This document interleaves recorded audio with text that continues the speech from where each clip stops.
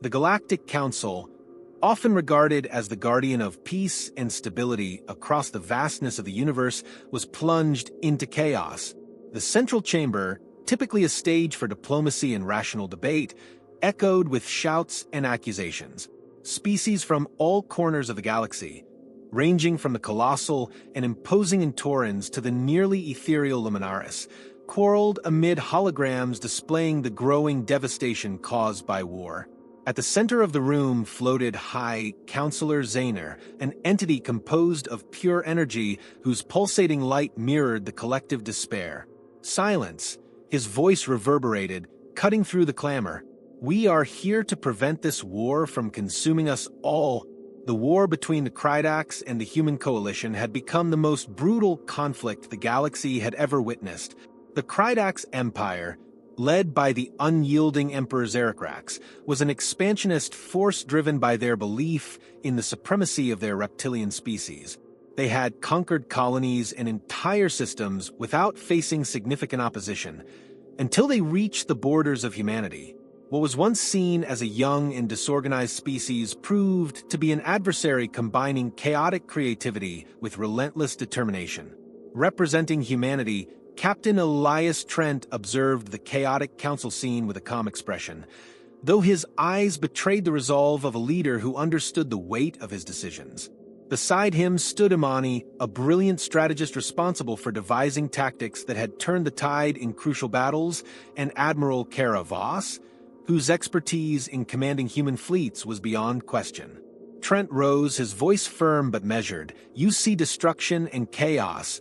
We see the beginning of something greater, our survival. And when we are threatened, we fight." Across the room, Xerxrax's predatory gaze met Trent's. The Krydax Emperor, clad in gleaming armor, embodied the menace his species posed. "You humans consider yourselves special," he said, his voice deep and cutting, "but your stubbornness merely delays the inevitable. We are the destiny of this galaxy, and you a mere footnote." The council was divided. Some representatives pleaded for a truce, fearing that the escalating war could destroy galactic stability. Others, wary of the Krydax, saw humanity's resistance as an improbable beacon of hope. When a holographic projection appeared, showcasing a battle in the Pernix system, silence enveloped the chamber. Outnumbered human forces used asteroid fields to turn the tide against the Krydax, once again proving that ingenuity triumphed over brute strength. "They fight with more than weapons," murmured one alien diplomat. "They fight as if they have no other choice." After the display, Zaner attempted to mediate. "Captain Trent, Emperor Xerxrax, this conflict threatens us all. We need a ceasefire to preserve the galaxy," but both leaders were unyielding. Trent refused to trust the Krydax, seeing any truce as a ploy to rearm. Xerxrax, on the other hand, viewed surrender as an affront to his species' honor. Behind the scenes, the war was transforming Earth and its colonies into hubs of military production. A unified effort, unprecedented among humans, was emerging. On Earth, factories produced weapons and warships at breakneck speed, while colonies like Mars and Europa supplied resources and soldiers. It was a civilization that had learned to survive internal crises and was now channeling that resilience to withstand an external threat. As the council dispersed without resolution, Trent turned to Imani and Voss. "They want us to retreat, to accept that our place is beneath them. We won't give them that satisfaction. Humanity's survival depends on our relentlessness." His allies nodded, fully aware that they were stepping into a conflict that would test the limits of their species. The introduction of a young but resilient species challenging a consolidated empire was the prelude to a war that would shape the galaxy's destiny. And at the heart of this struggle were humans willing to risk everything, not just for survival, but for something greater, a place among the stars. In the heart of the Ceridian system, a colossal asteroid served as the Krydax stronghold for operations. Plasma towers, fighter patrols, and surveillance fleets made it an apparently impenetrable fortress. General Zel Tora, a seasoned Krydax strategist, believed the base to be an invincible symbol of power. "If the humans dare to attack here, they'll be signing their death warrant," he said while reviewing patrol reports. His confidence was so great that he underestimated what was coming. Aboard the human flagship UHS Defiant, Captain Elias Trent and his team were devising a daring plan to attack the fortress. "They think they're safe," said Trent, his eyes fixed on the holographic map. "But fortresses aren't invincible. They just need the right approach." Admiral Voss nodded, pointing out weaknesses in the Krydak surveillance patterns. Imani, ever pragmatic, added, "We need a fast, precise strike. One mistake, and we'll be trapped in a death field." The plan was to divide the human forces into two groups. The first, led by Voss, would draw the Krydak's patrol's attention with coordinated attacks in the asteroid belt. The second, commanded by Trent, would use stealth ships to infiltrate the fortress and plant explosives in its energy core. It was a high-risk operation, but the only way to destabilize enemy operations in the sector. As Voss's fleet advanced, engaging waves of Krydak's fighters in a deadly dance among the asteroids, Trent led his team through hidden routes. The tension inside the stealth ships was palpable. "Remember," he told the soldiers, "failure is not an option. Every second counts." The approach to the asteroid was meticulously calculated, with engines silenced to avoid detection. When they finally reached the entry point, they used explosives to breach the external defenses. Inside the fortress, the narrow corridors were illuminated by pulsing red lights, and Krydak's soldiers were on high alert. Trent's team encountered immediate resistance. A fierce skirmish with robotic patrols made it clear that the mission would be more challenging than expected. "Keep moving. We don't have time to hesitate," Trent shouted, taking down one of the machines with precise shots. Outside, Voss's fleet was facing increasing difficulties. More Krydak's reinforcements arrived, threatening to encircle the human forces. "We're running out of time," Voss warned over the communicator. Trent replied firmly, "Almost there. Keep holding them off." Both leaders knew every second of resistance was crucial to the mission's success. The infiltration team finally reached the energy core. The environment was suffocating with intense heat and mounting pressure. "Plant the explosives," Trent ordered. The engineers worked quickly as the sounds of gunfire echoed in the distance. Once the explosives were armed, the countdown began. 30 seconds, one of the soldiers announced. The retreat became a race against time. With the Krydaks in pursuit, the human team sprinted through the corridors, exchanging fire as they fought to reach their ships. At the last moment, they managed to escape and launch into space. Outside, the explosion lit up the battlefield, destroying the fortress and disorienting the enemy forces. "We did it," Voss said over the communicator. Her fleet pressed forward, taking advantage of the chaos to eliminate the remaining Krydak's forces. Back aboard the UHS Defiant, Trent reviewed the reports of their success. "This is the first strike," he said, looking at his team. "But the war is just beginning." The attack on the Ceridian System's fortress marked a turning point in the human resistance. They had shown the Krydaks that even their most fortified strongholds could be destroyed. However, Trent knew the enemy's retaliation would be brutal. "They won't take this defeat lightly," he told Imani, "and we need to be ready for whatever comes next." The Krydak's response was swift. Following the destruction of the fortress in the Ceridian system, General Zeltora summoned the dreaded Abyss Fleet, an armada designed for devastating retaliations. "They dared to challenge our supremacy," roared Zeltora as tactical holograms filled the command room.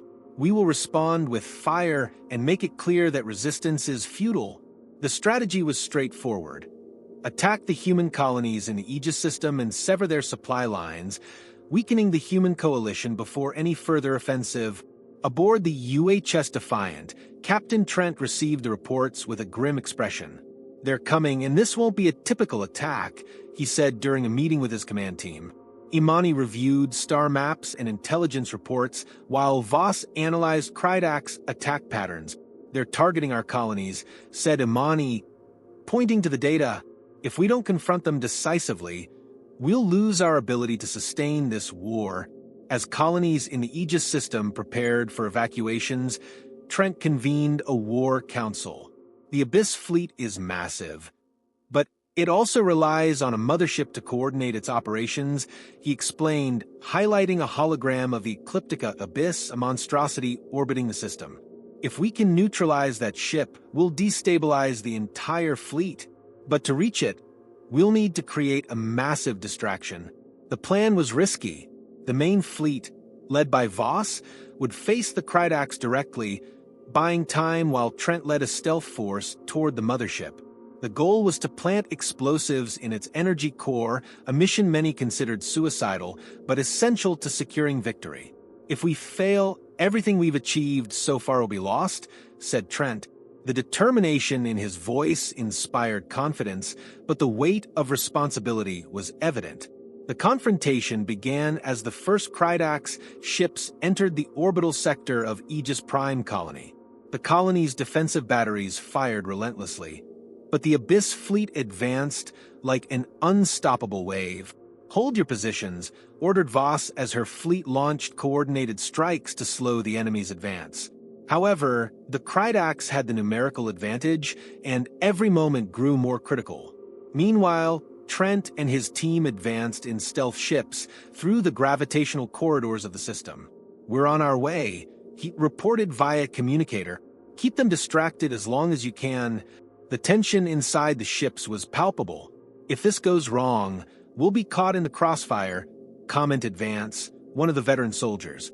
Trent replied calmly, "Then we won't let it go wrong." The Ecliptica Abyss was immense, protected by plasma towers and fighter squadrons. Using stealth technology, Trent managed to approach undetected. "Disable the external defenses," he ordered.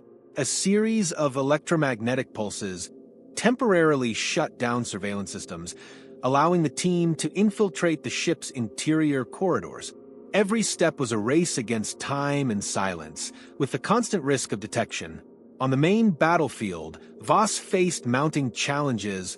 "We're being pressed from all sides," she reported over the communicator. "We need results now, Trent," he responded firmly. "We're almost at the core. Hold the line." Meanwhile, the human fleet executed desperate maneuvers to avoid encirclement, using asteroids as cover and launching guerrilla-style attacks on Krydax formations. Inside the mothership, Trent and his team finally reached the energy core. "This is bigger than we anticipated," said Amani, analyzing the systems. "We'll need more explosives to ensure it's completely disabled." Under mounting pressure, the team planted the devices while fending off relentless Krydax forces. A fierce, close-quarters battle made it clear that escaping would be just as challenging as the infiltration. With the explosives armed, Trent ordered the evacuation. "Prepare for a quick exit," he said as alarms blared throughout the ship. Using emergency pods, the team managed to escape seconds before a massive explosion consumed the Ecliptica Abyss. The Krydax mothership was obliterated, sending a shockwave that destabilized the entire fleet. On the battlefield, the now disoriented Krydax forces began to retreat. "They're scattering," reported Voss as she led a fierce counterattack. "Victory is ours." Back aboard the UHS Defiant, Trent received the news with restrained relief. "The mothership is neutralized," he reported. "Now we need to consolidate our position before they regroup." The destruction of the Ecliptica Abyss marked a turning point in the war. The Krydax, once deemed invincible, had suffered a humiliating defeat. However, Trent knew the battle was far from over. "They'll learn from this," he told his team, "and they'll come back stronger. We need to be ready." The destruction of the Ecliptica Abyss left the Krydax fleet in disarray, but also opened a unique opportunity for the human coalition. With the mothership eliminated, the enemy's command lines were fragmented, and reports indicated that the Krydax were retreating to the Zentar sector, one of the most fortified regions within their sphere of influence.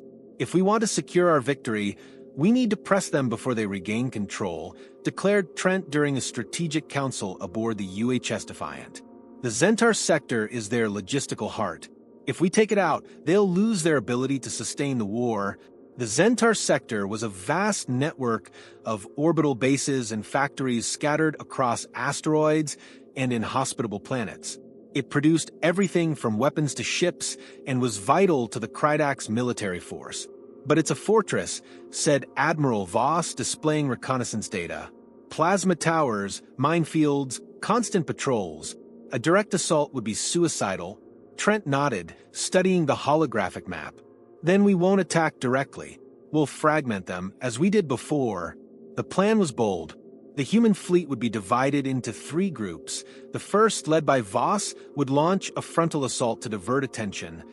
The second, an assault force of bombers and fighters, would target the factories and production lines. And the third, led by Trent, would infiltrate the central communication hub to disable the enemy's coordination systems. Every second counts, Trent emphasized. If any part of the plan fails, the entire operation will collapse. The fleet advanced in tense silence. As the ships traversed the empty void toward the Zentaur sector, Imani monitored signs of enemy activity. They know we're coming, she reported, detecting Krydak's probes.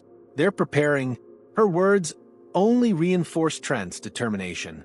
Then we'll have to be faster than they are. The confrontation began sooner than expected. In Zentaur's orbital sector, the force led by Voss encountered heavy resistance. They're throwing everything at us, she reported via communicator as Krydak's ships emerged in attack formation. The battle was immediate and fierce. Human ships used asteroids for cover, launching precise strikes to destabilize enemy formations. Hold the line, ordered Voss as the main fleet stayed focused on its diversionary mission.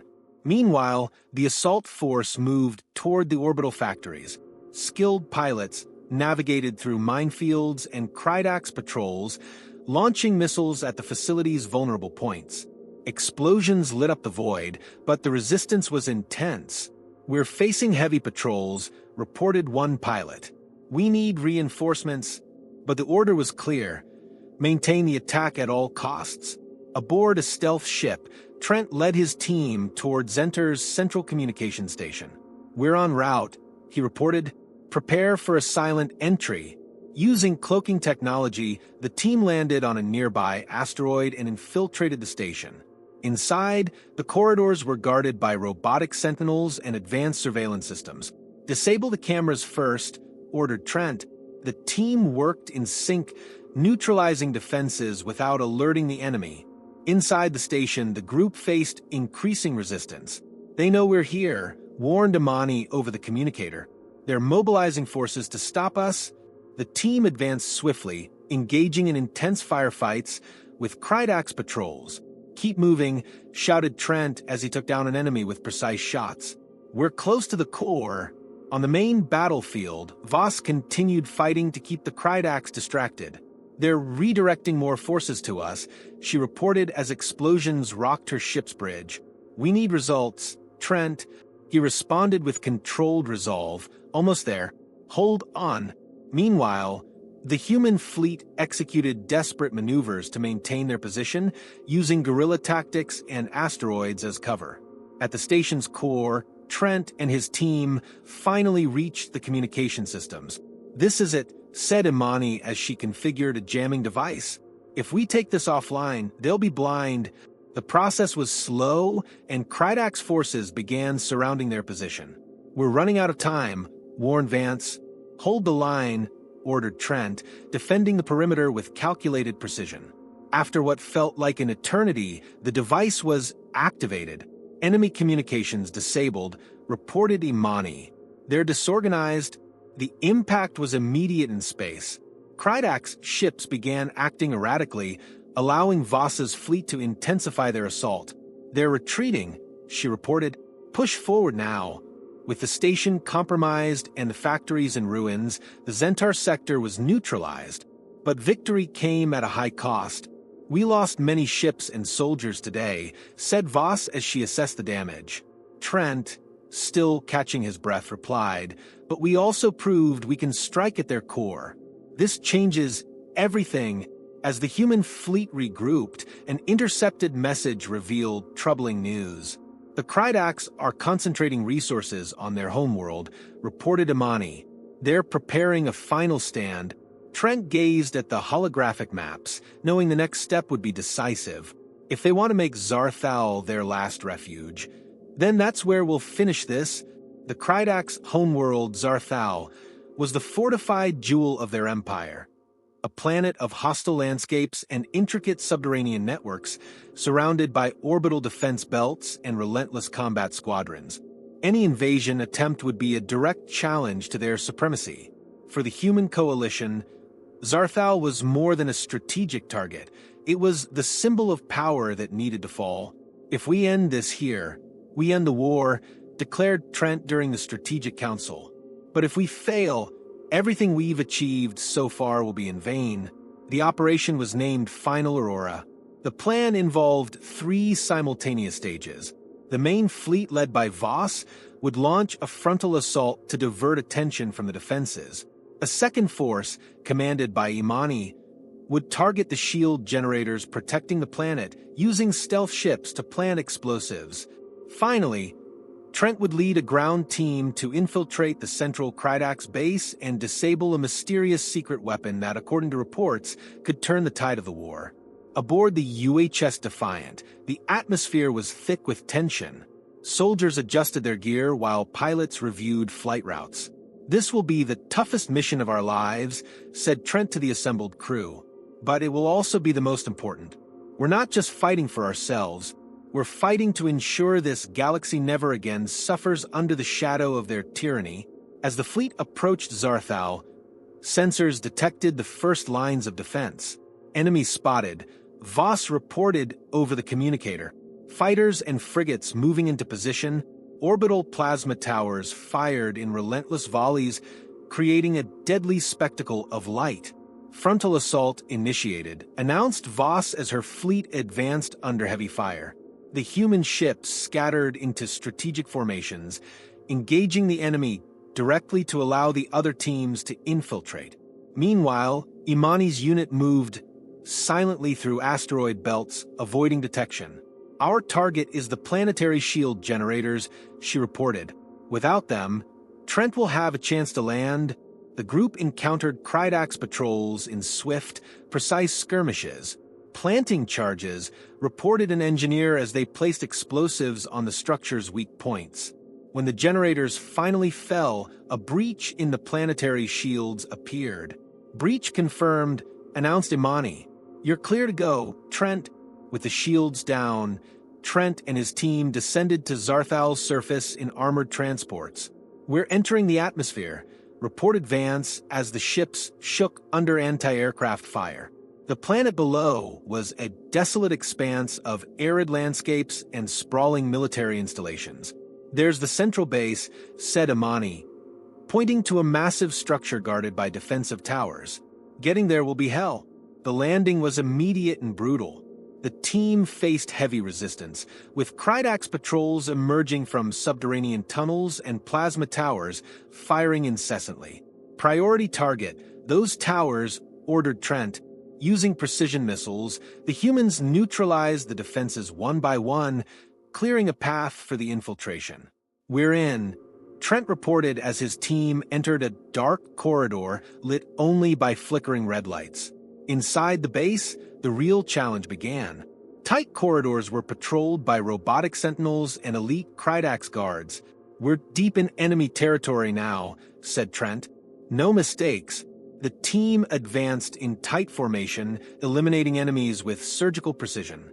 However, resistance intensified with every step.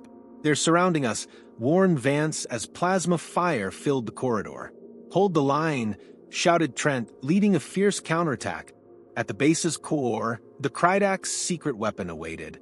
A colossal structure connected to an energy matrix that appeared to draw directly from the planet's core. "This is a planetary weapon," said Imani over the communicator. "If they activate it, they could destroy entire systems."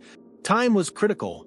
"Plant the explosives," ordered Trent as his team worked frantically under heavy fire. "We can't let this get off the ground." The situation escalated when the Guardians of Zarthal, an elite Krydak's force, launched a direct attack. Equipped with advanced exoskeletons, they pressed forward relentlessly, forcing the human team to retreat. "We're running out of time," warned Imani as the explosives were armed. Trent confronted one of the Krydax leaders, an imposing figure wielding a plasma blade. "You dared to defy eternity," growled the alien. "Now you will pay." Trent replied coldly, "Eternity ends today." After a brutal fight, the team activated the explosives. "Charges armed. 30 seconds to detonation. Report advance." "Everyone out now?" The evacuation was frantic. As alarms blared, the human transports lifted off seconds before a massive explosion consumed the base. The shockwave was visible from space, signaling the end of the Krydax's greatest threat. On the UHS Defiant bridge, the destruction of Zarthal was met with relief. "Enemy base neutralized," reported Imani. "They're in complete disarray." Voss, still engaged with the remnants of the Krydax fleet, led the final assault. "They're retreating," she reported. "Victory is ours." Trent reviewed the reports in silence, aware of the weight of their triumph. "We did it," he finally said. "But we can't forget the cost." The destruction of Zarthal marked the effective end of Krydax resistance, but it also underscored the heavy price of peace. "Now," said Trent, gazing into the vastness of space, "we must ensure this never happens again." With the destruction of Zarthal, the heart of the Krydax Empire, an uneasy silence fell across the galaxy. The once relentless combat transmissions diminished until they ceased entirely. Without centralized leadership and with their main forces devastated, the Krydax were fragmented and vulnerable. The star system that once symbolized the Empire's might was now a field of debris, patrolled by human ships, ensuring no regrouping efforts could take place. On the bridge of the UHS Defiant, Captain Trent reviewed reports as his crew stood in respectful silence. "They have no means left to fight," said Imani, studying intercepted transmissions. "But that doesn't mean they won't try." Trent nodded, his expression heavy with exhaustion. "They still have soldiers and weapons scattered across the galaxy. If we leave any loose ends, it could come back to haunt us." 3 days after Zarthal's destruction, an unexpected message arrived, a direct communication request from Axthar, the interim Krydax leader. "They want to negotiate," reported Imani, her voice tinged with surprise. "They want to surrender." The entire bridge fell silent. The Krydax, so proud and ruthless, offering surrender? Trent rose slowly. "Put them on screen." The holographic image of Axthar materialized in the center of the room. He was unlike his predecessors, more composed, his eyes reflecting exhaustion and a touch of humility. "Captain Trent," he began, his deep voice measured. "What remains of my people acknowledges there is no victory left to achieve. We come to you to propose an armistice. Our only condition is the preservation of our species." Trent crossed his arms, carefully weighing the words. "Are you asking for surrender or trying to buy time to regroup?" Axthar lowered his head slightly, a rare gesture for the proud Krydax. "We have nothing left to regroup. Zarthal was our final stronghold. What we ask for is mercy for our survivors." Axthar's request divided human leadership. In an emergency meeting, Admiral Voss voiced her skepticism. "They attacked us without mercy, destroyed our colonies, and massacred our civilians. Why should we believe they've changed now?" Others, like Imani, had a more compassionate perspective. "If we accept their surrender, we can avoid further deaths. This isn't just an act of mercy, it's a demonstration that we're different from them." The final decision rested with Trent. He knew that accepting the surrender could bring peace, but also posed a calculated risk. "If we wipe out the Krydax, we'll be seen as the new tyrants," he said, his voice steady. "But if we're complacent, they could return stronger. We need clear terms that ensure the galaxy's safety and their reconstruction under strict oversight." The response was delivered immediately. "We will accept your surrender," Trent declared in a formal message, "but under non-negotiable conditions. The complete dismantling of your armed forces, the surrender of all war technologies, and international oversight to ensure you never again pose a threat. In return, we guarantee your survival and limited autonomy." Axthar accepted the terms with a grave nod. "It is more than we deserve," he said. "But for the sake of our people, we agree." The surrender was formalized in a ceremony that marked the end of the war. On the neutral planet of Kalira Prime, human and Krydax representatives signed a historic treaty. The Krydax flag was symbolically handed to Trent, signifying the Empire's total surrender. While the galaxy breathed a collective sigh of relief, tensions remained high. In Krydax space, joint teams began overseeing the dismantling of their military. Warships were decommissioned, bases destroyed, and military leaders tried for war crimes. For many human soldiers, witnessing the Empire's collapse was a bittersweet victory. "They made us suffer so much," said Vance as he watched a Krydax fleet being dismantled. "But still, we have to show compassion." For Trent, the real struggle was only beginning. Winning the war was just the start, he told Amani. Keeping the peace will be the greatest challenge. He knew that even with the surrender, factions among the Krydax would never fully accept defeat. Additionally, separatist human groups began questioning the alliance with other species, claiming humanity was weakening itself by sparing a deadly enemy. The treaty brought stability, but also opened new fronts of conflict. Emerging factions sought to fill the power vacuum left by the Krydax, and previously strong alliances began to show cracks. In a meeting with key human leaders, Trent voiced his concerns. "If we don't lead with strength and justice, this entire war will have been for nothing." In the months that followed, reconstruction efforts were closely monitored. On Zarthal, a symbolic moment marked the dawn of a new era. Axthar presented a Krydax cultural artifact to the humans as a gesture of reconciliation. "We want to show we can be more than destroyers," he said as he handed it to Trent. The captain accepted it, but with a warning. "Change requires more than words. You'll have to prove it every day."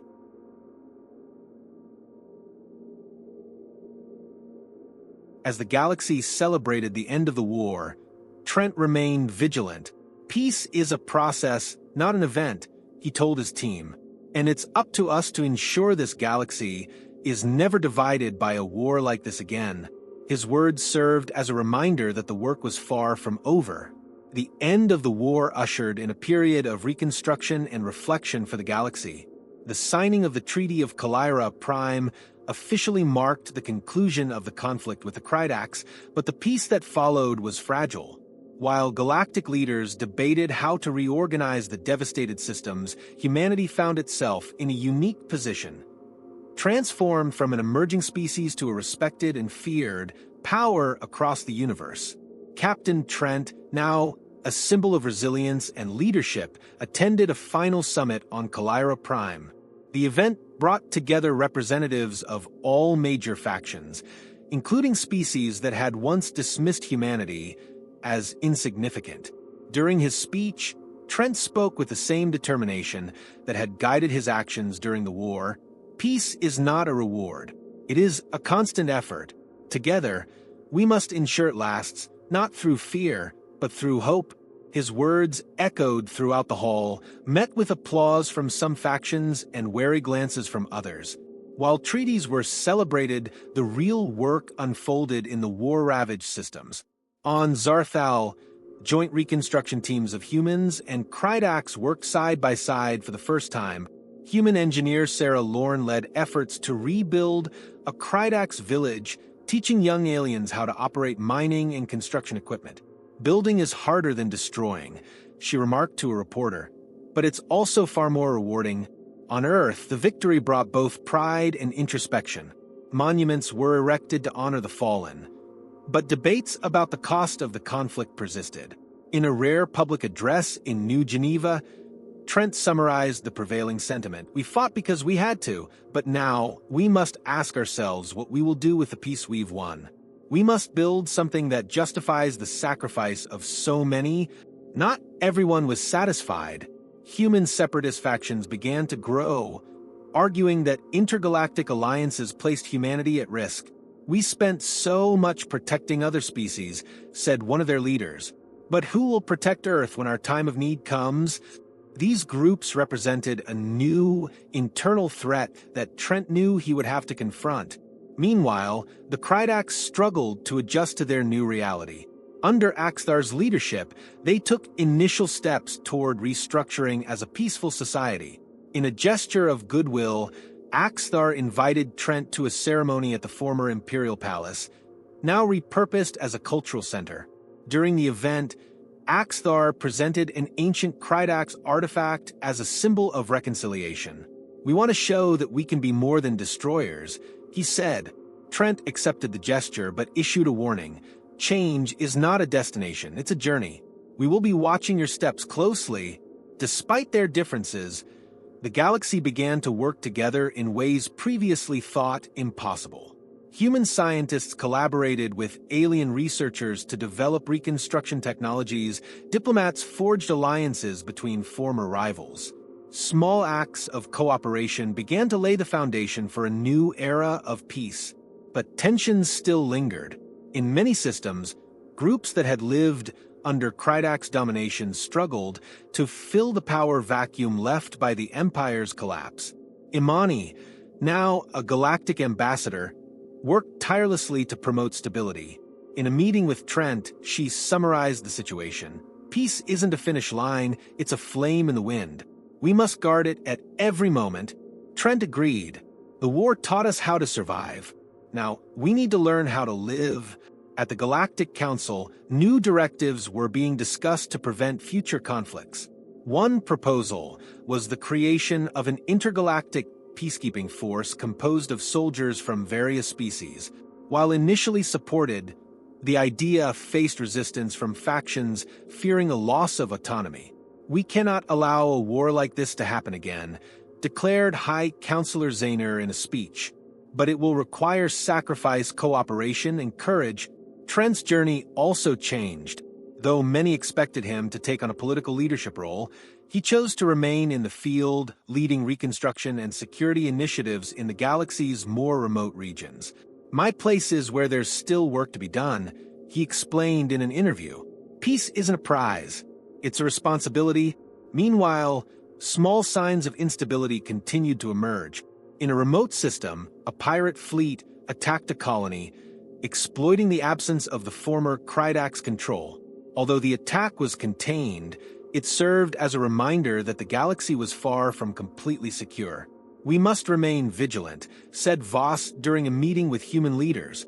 "Victory gave us a chance, but the responsibility to maintain it is ours." In the months that followed, Earth solidified its role as a galactic power. Its leadership in the war against the Krydax earned respect, but also the expectation that it would continue to lead in peacetime. For Trent, this responsibility was both an honor and a burden. "They're watching us now," he told Imani in a private conversation. "They expect us to be different, and we must be." In the end, the victory over the Krydax was more than just military, it was a lesson in resilience, cooperation, and sacrifice. As the galaxy began to reorganize itself, humanity found its place as a symbol of hope and determination. But, as Trent often said, peace is fragile, but it's worth every effort to preserve it. And so, as the stars shone over a galaxy in transformation, the story of Trent and his allies became more than a memory. It became a reminder that even in the darkest hours, courage and compassion can ignite the light of a new beginning.